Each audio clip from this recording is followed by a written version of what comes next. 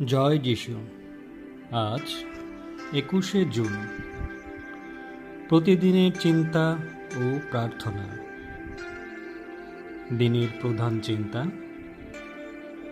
ক্ষীণসূত্রের মতো সামান্য বিশ্বাসও এমন যে তা জাঁকজমক ভরা পার্থিব সম্পদের অনেক উপরে।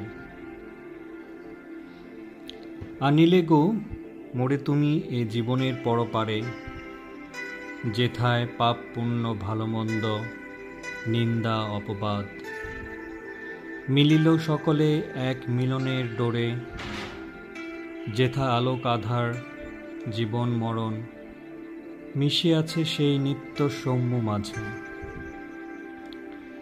দাঁড়াইয়া আমি এই অজানা সাগর তীরে, দেখি এই অনন্ত জীবনের দ্রুত গতিধারা, বাক্যহীন বিস্ময়ে সজাগ। উপদেশ: আলোর অভাবে আমরা সব জিনিস পরিষ্কার দেখতে পাই না। জগতের চাকচিক্য এমন তুচ্ছ যে নিমিষে সে মেঘের মতো উড়ে যায়। মানুষ তো নিজের শক্তিতে শক্তিমান নয়, কিন্তু যখন সে যে তার মাথার উপরে তার উপর নির্ভর করতে শেখে, তখন তার সকল বিদ্রোহ, মনের সকল যাতনা দূর হয়। আমরা যখন জীবনের প্রত্যেক ঘটনার মূল্য বুঝতে পারি, তখন নতুন চোখ দিয়ে সব দেখি। তখন আমাদের আধ্যাত্মিক দৃষ্টি খুলে যায়। সে দৃষ্টি লাভ হলেই আমরা ধৈর্য, সহিষ্ণুতা, সাহস লাভ করি। তখনই আমাদের সকল শক্তিকে ভগবানের দিকে চালিত করি।